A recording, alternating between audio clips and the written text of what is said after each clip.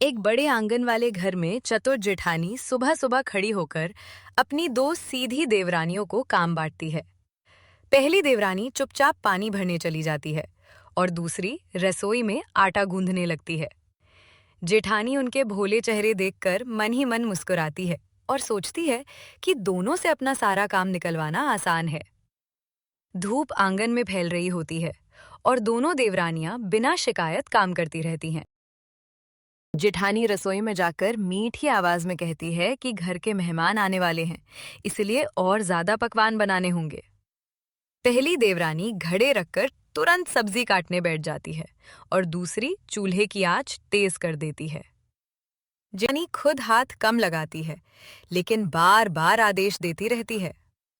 दोनों देवरानियां उसे सम्मान से देखती हैं और उसकी बातों पर भरोसा करती हैं। दोपहर तक दोनों देवरानियां थक जाती हैं, पर जेठानी उन्हें आराम नहीं करने देती।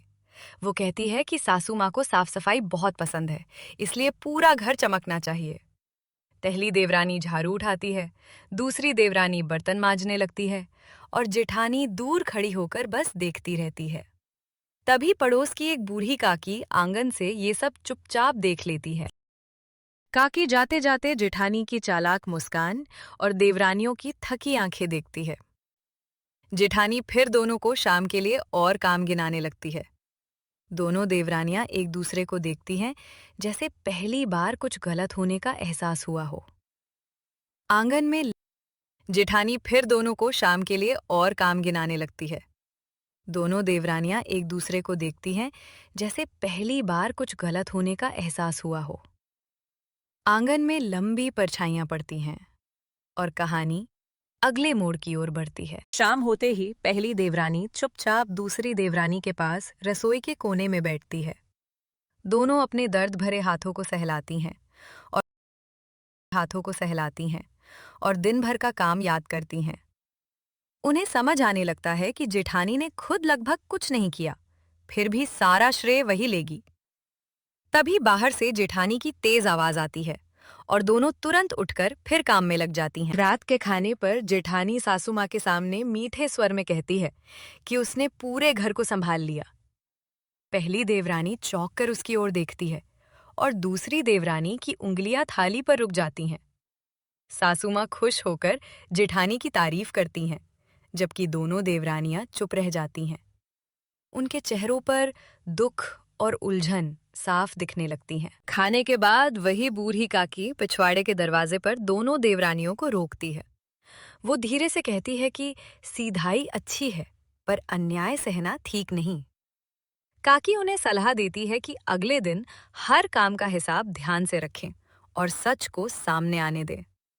दोनों देवरानियां पहली बार हिम्मत जुटाकर एक छोटा सा योजना बनाने लगती। रात में दिए की हल्की रोशनी में दोनों देवरानियां आपस में तय करती हैं कि अब वे चुप नहीं रहेंगी।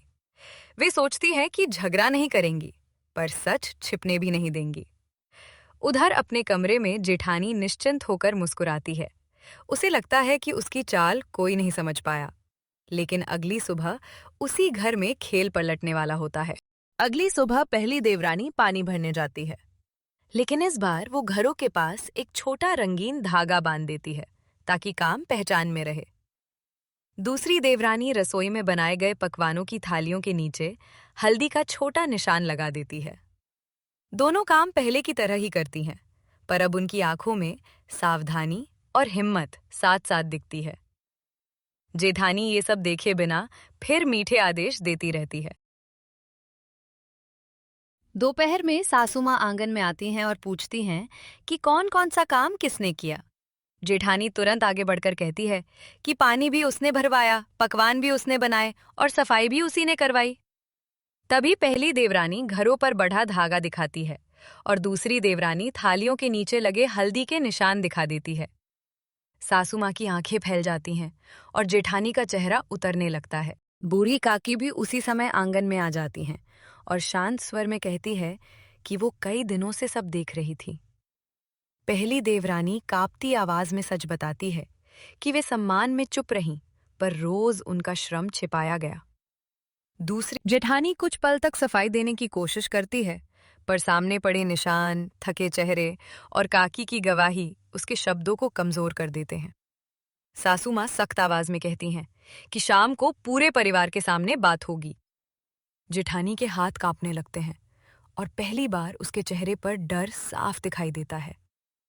सूर्य ढलने लगता है और फैसला अब बहुत करीब आ जाता है।